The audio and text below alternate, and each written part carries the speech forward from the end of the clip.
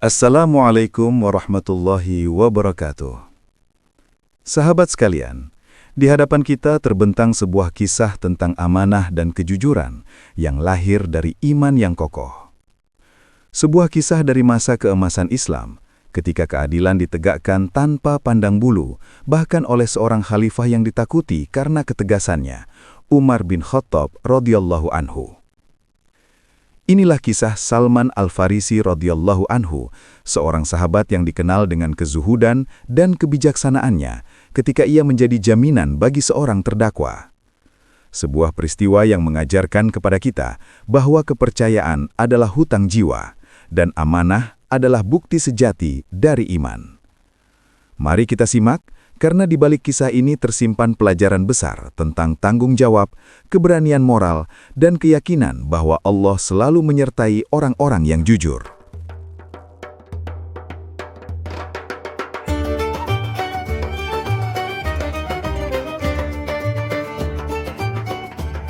Amanah kafilah, unta, dan amarah yang tak terkendali.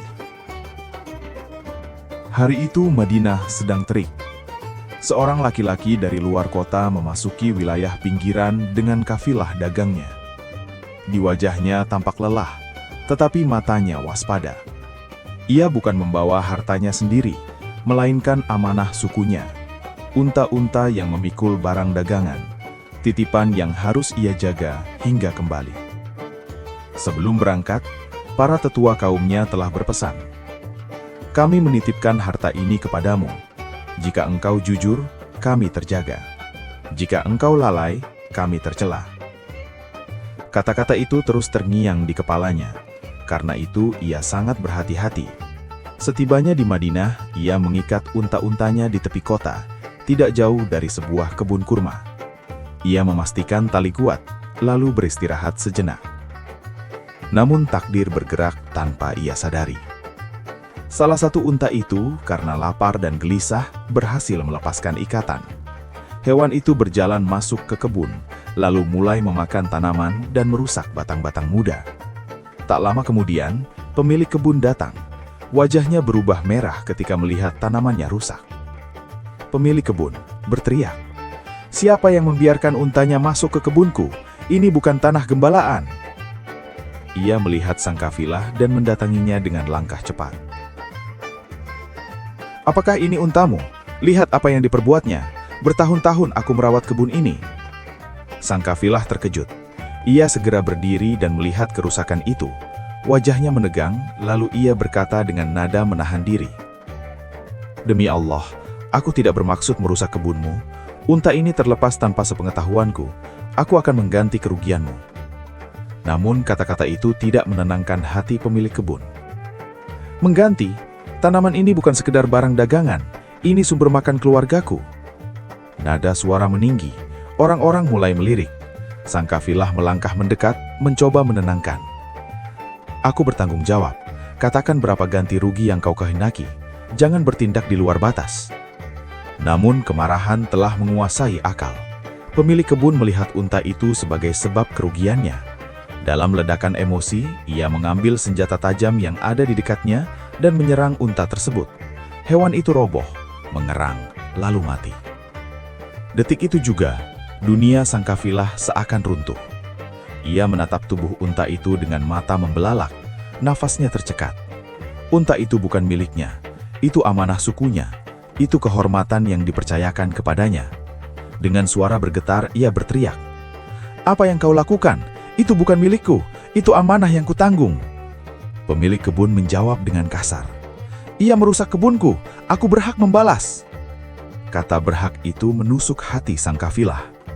Dalam sekejap, ketakutan, malu, dan amarah bercampur menjadi satu.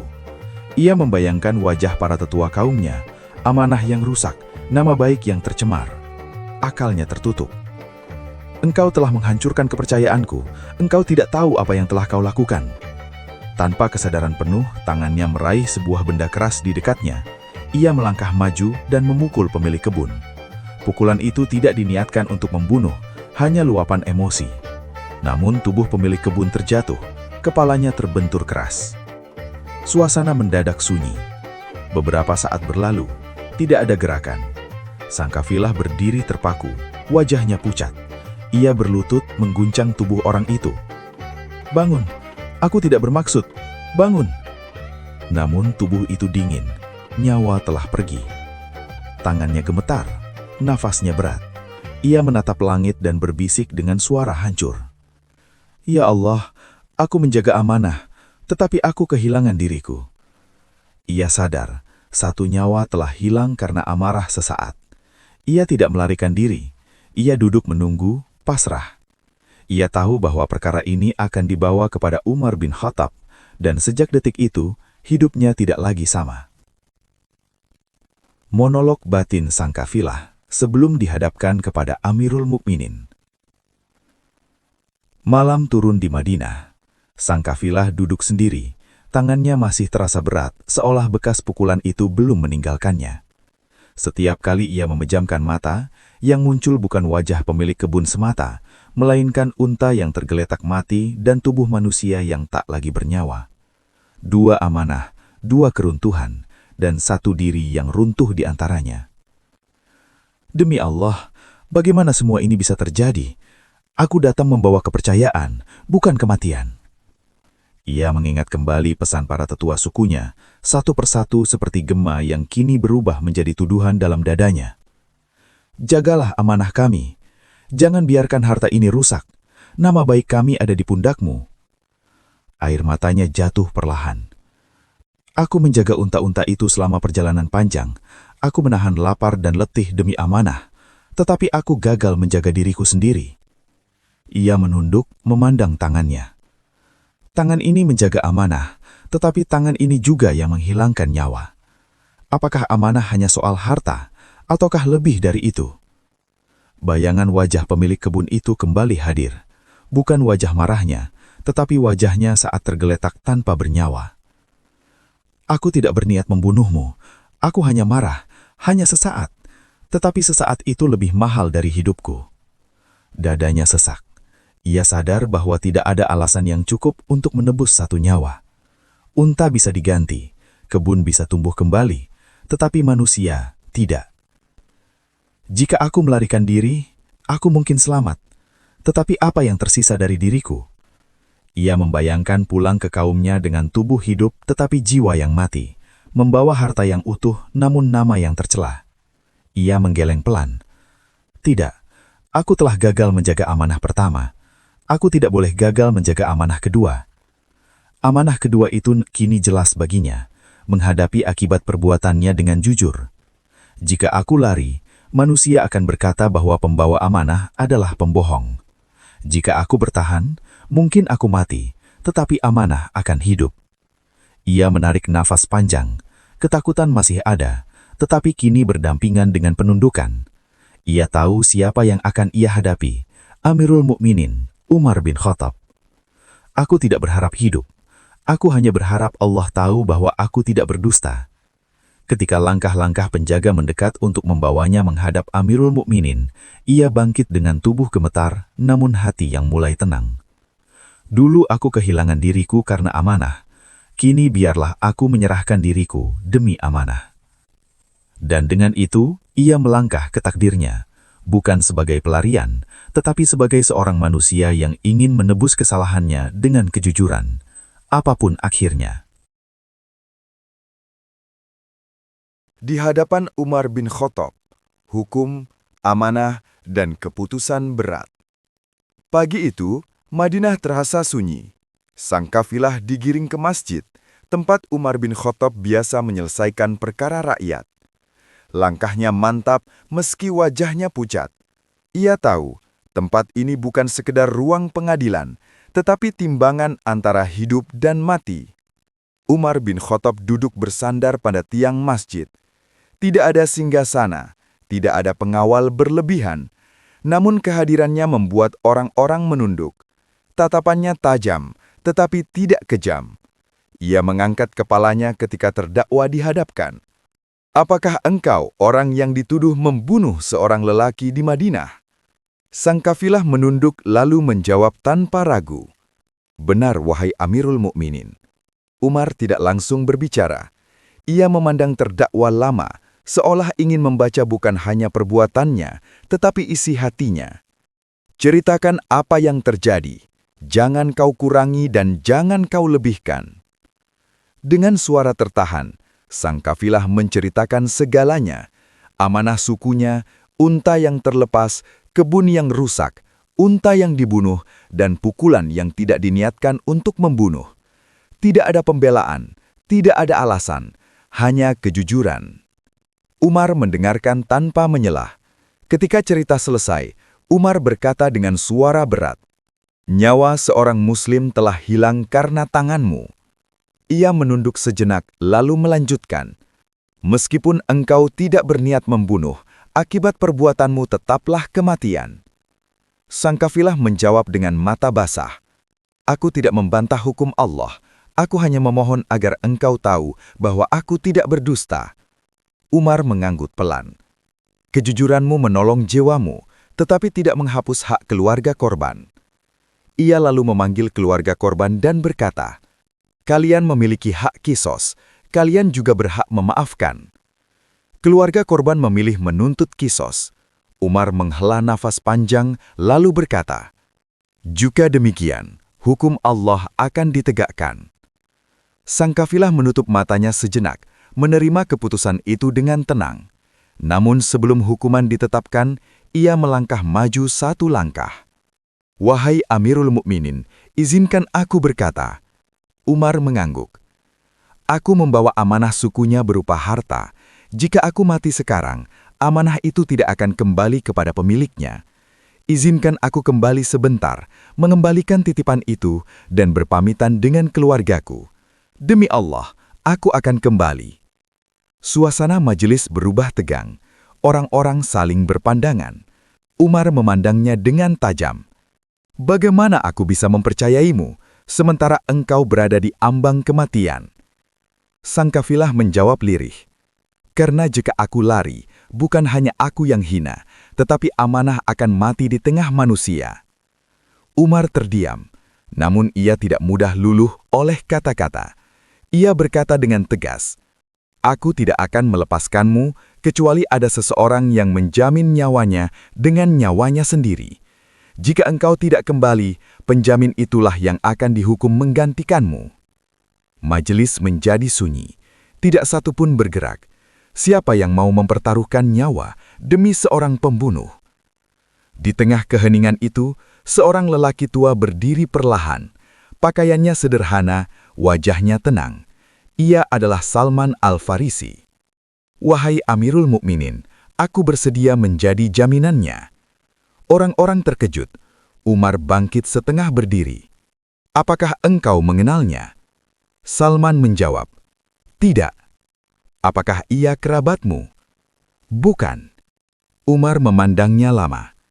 "Tahukah engkau bahwa jika ia tidak kembali, engkaulah yang akan dibunuh?"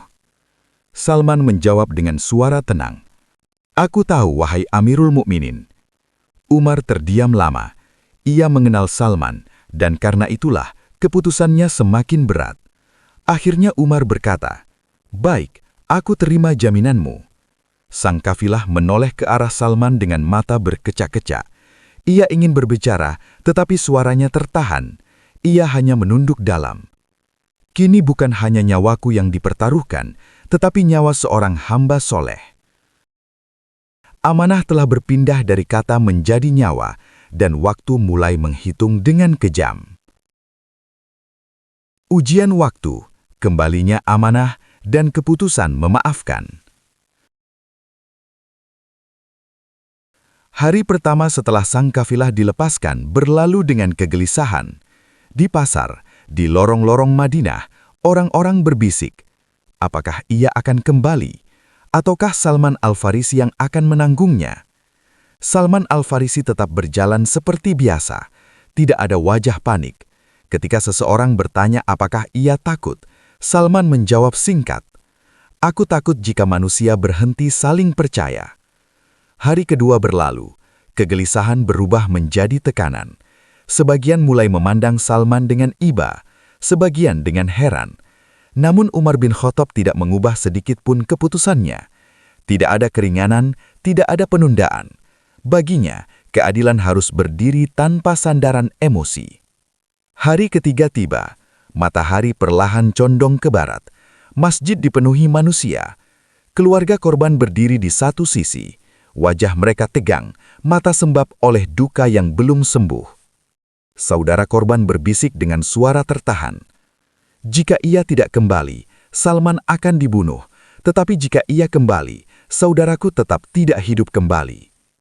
Ibunya korban menunduk, air matanya menetes di ujung dagunya. Hatiku belum siap, tetapi aku tidak ingin membawa kebencian ini sampai mati. Ayahnya korban menggenggam tongkatnya erat. Kita sedang diuji, bukan hanya dia. Ketika matahari semakin rendah, Umar berdiri dan berkata dengan suara tegas yang menggema di masjid. Jika ia tidak kembali sebelum matahari terbenam, maka hukum akan ditegakkan atas penjaminnya. Sunyi, angin terasa berat. Salman berdiri dengan tenang, memejamkan matanya sejenak. Ya Allah, Engkau tahu aku tidak mengenalnya, tetapi aku percaya pada amanah. Tiba-tiba, dari kejauhan tampak seorang lelaki berlari. Pakaiannya berdebu, langkahnya terseok-seok, nafasnya terengah-engah. Itu dia, ia kembali. Lelaki itu tiba di hadapan Umar dan jatuh berlutut. Wahai Amirul Mukminin, aku telah kembali. Umar memandangnya dengan tatapan dalam. Apa yang membuatmu kembali, padahal engkau bisa melarikan diri dan hidup bebas? Sang kafilah mengangkat wajahnya, air mata mengalir. Aku kembali agar manusia tidak berkata bahwa amanah telah mati di tengah kaum muslimin, dan agar Salman Al-Farisi tidak dibunuh karena aku. Umar lalu menoleh kepada Salman. Wahai Salman, apa yang membuatmu menjamin orang yang tidak kau kenal? Salman menjawab dengan suara tenang, agar manusia tidak berkata bahwa kepercayaan telah hilang dari umat ini. Kata-kata itu mengguncangkan majelis, tangis terdengar dari berbagai penjuru. Keluarga korban saling berpandangan, tidak ada yang langsung berbicara. Saudara korban berbisik dengan suara bergetar. Ia kembali, tetapi luka ini masih terbuka. Ibunya korban mengangkat wajahnya. Ia datang membawa kematiannya sendiri. Apakah kita ingin menambah satu kematian lagi? Ayahnya korban memandang sang kafilah lama. Ia gagal menahan amarahnya, tetapi ia tidak lari dari akibatnya. Saudara korban menatap Salman Al-Farisi. Dan orang ini siap mati demi janji seorang asing. Ibunya korban mengusap air matanya. Jika kita menuntut kisos, kita benar di hadapan hukum, tetapi jika kita memaafkan, kita berharap benar di hadapan Allah. Sunyi kembali menyelimuti mereka. Saudara korban menarik nafas panjang, lalu berkata dengan suara bergetar namun tegas, Aku tidak ingin darah saudaraku menjadi sebab hilangnya amanah dari manusia. Ayahnya korban mengangguk pelan, lalu melangkah maju ke hadapan Umar. Wahai Amirul Mukminin, kami telah bermusyawarah. Apa keputusan kalian? Ayahnya korban menelan ludah, lalu berkata dengan suara bergetar namun tegas, Demi Allah, kami memaafkannya. Tangis pecah. Ibunya korban menutup wajahnya. Saudara korban menunduk lama. Ayahnya korban melanjutkan, Kami memaafkannya agar darah tidak melahirkan darah, dan agar amanah tetap hidup di tengah umat. Umar menundukkan kepalanya sejenak, lalu mengangkat tangannya. Segala puji bagi Allah yang melembutkan hati kalian. Kalian memilih jalan yang berat, tetapi mulia. Sang kafilah tersungkur ke tanah. Demi Allah, aku akan membawa maaf ini sepanjang hidupku. Hari itu keadilan tidak berdiri sendiri. Ia berjalan bersama rahmat, dan keduanya menjaga agar amanah tetap hidup di tengah manusia. Umar menutup majelis dengan suara yang dalam. Segala puji bagi Allah yang masih menjaga amanah, kejujuran, dan kasih sayang di tengah umat. Sang kafilah menunduk, tubuhnya bergemetar. Ia hidup, tetapi lebih dari itu, ia telah kembali sebagai manusia yang utuh. Ia datang membawa amanah harta, hampir binasa karena amanah, dan akhirnya diselamatkan oleh amanah yang ditegakkan bersama. Umar menutup majelis dengan suara yang dalam.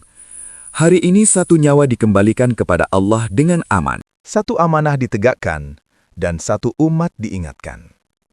Dan sejak hari itu, Kisah tersebut hidup bukan sebagai cerita tentang hukuman, tetapi sebagai pelajaran tentang keadilan yang tegas, kepercayaan yang berani, dan amanah yang menghidupkan manusia.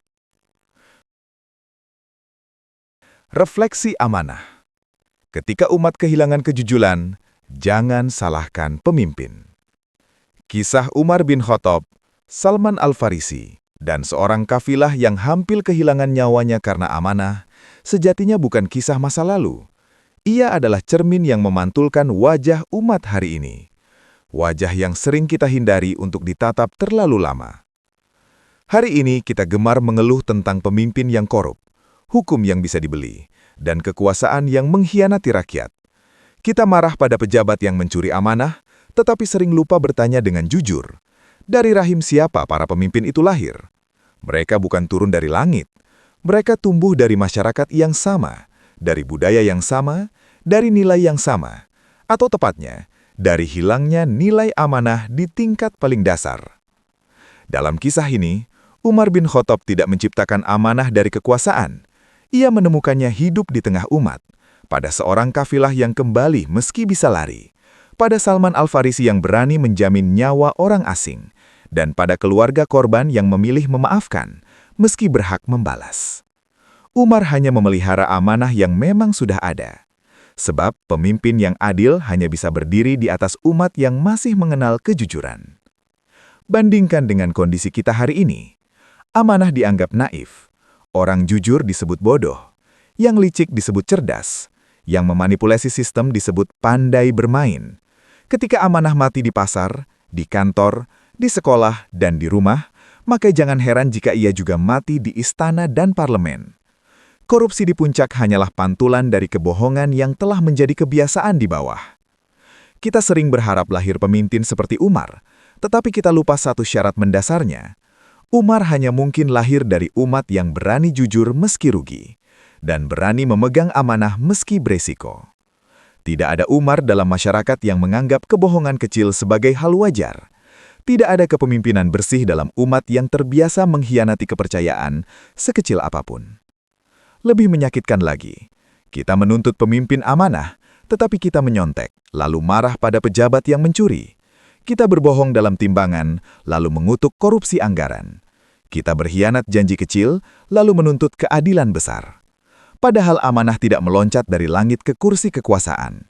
Ia tumbuh dari rumah, pasar, ladang, dan jalanan. Ketika amanah mati di sana, maka ia akan membusuk ketika memegang negara. Kisah ini menegur kita dengan keras. Krisis kepemimpinan bukan sebab utama, melainkan akibat. Akibat dari umat yang terlalu lama berdamai dengan pengkhianatan kecil.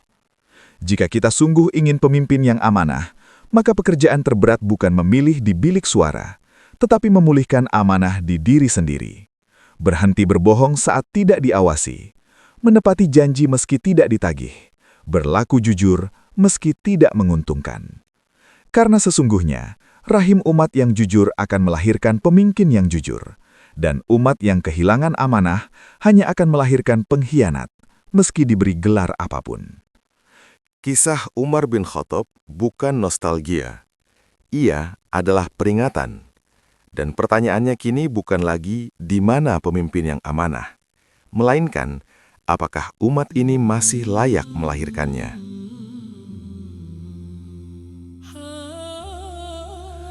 Sahabat sekalian, dari kisah Salman Al-Farisi radhiyallahu anhu, kita belajar bahwa iman bukan hanya diucapkan, tetapi dipertaruhkan dengan sikap dan tanggung jawab.